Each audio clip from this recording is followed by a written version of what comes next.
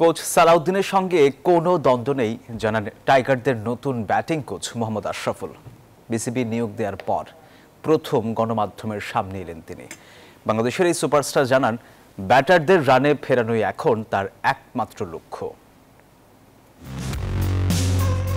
Cricket মাঠে bat হাতে যখন মোহাম্মদ আশরাফুল নামতেন তখন দর্শকদের প্রত্যাশা বেড়ে যেত বহুগুণে। ক্যারিয়ারের প্রথম টেস্টে শ্রীলঙ্কার বিপক্ষে সেঞ্চুরি হাঁকিয়ে বিশ্ব রেকর্ড গড়েন, বনে যান বিশ্ব ক্রিকেটের সর্বকনিষ্ঠ সেঞ্চুরিয়ান। এরপর কার্ডিফে অস্ট্রেলিয়ার বিপক্ষে সেঞ্চুরি আর ইংল্যান্ডের সাথে 94 রানের ইনিংস এখনো গেঁথে আছে লাখো টাইগার ভক্তদের মনে।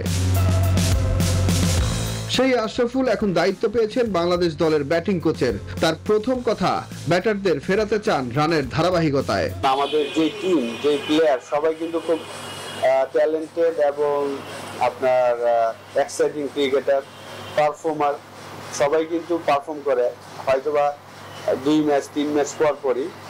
তো সেটাই কিভাবে ধারাবাহিকভাবে আমি করতে পারিনি আমার লাইফে, কিন্তু তারা কিভাবে করবে সেই জিনিসটাই আমি শেয়ার করার চেষ্টা করব।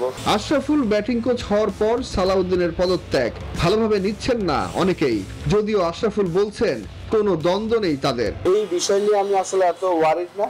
আমি জাস্ট যেখানেই যাই আমি অলওয়েজ অনেস্টি ভাবে কাজ করার চেষ্টা করি। আমার একটাই আশা থাকবে আপনাদের কাছে যে আপনারা অবশ্যই সমালোচনা করবেন, কিন্তু একটু রয়ে সই করলে ভালো। ক্রিকেট ছাড়ার পর কোচিং পেশায় ক্যারিয়ার গড়ার চেষ্টা চালাচ্ছিলেন আশরাফুল। রংপুর রাইডার্সে কাজের সুযোগ পেয়ে গ্লোবাল সুপার লিগে দলকে চ্যাম্পিয়ন করে প্রমাণ করেন যোগ্যতা। রাইডার্সের প্রতিও কৃতজ্ঞতা প্রকাশ করলেন এই লিটল মাস্টার। ম্যাচে কিন্তু কোচের আসলে কিছু করার থাকে না, প্লেয়ারদের আপনি হয়তোবা বলে দিতে পারবেন এই সিচুয়েশন এইটা ডিমান্ড করছে, এই উইকেটটা এরকম, এই বলারটা এরকম, কিন্তু কাজ করার কাজটা কিন্তু যারা খেলবে তারা। 11 নভেম্বর থেকে আয়ারল্যান্ডের বিপক্ষে সিরিজের প্রথম টেস্ট দিয়ে নতুন মিশন শুরু করবেন মোহাম্মদ আশরাফুল। সুখন সরকার, নিউজ 24, ঢাকা।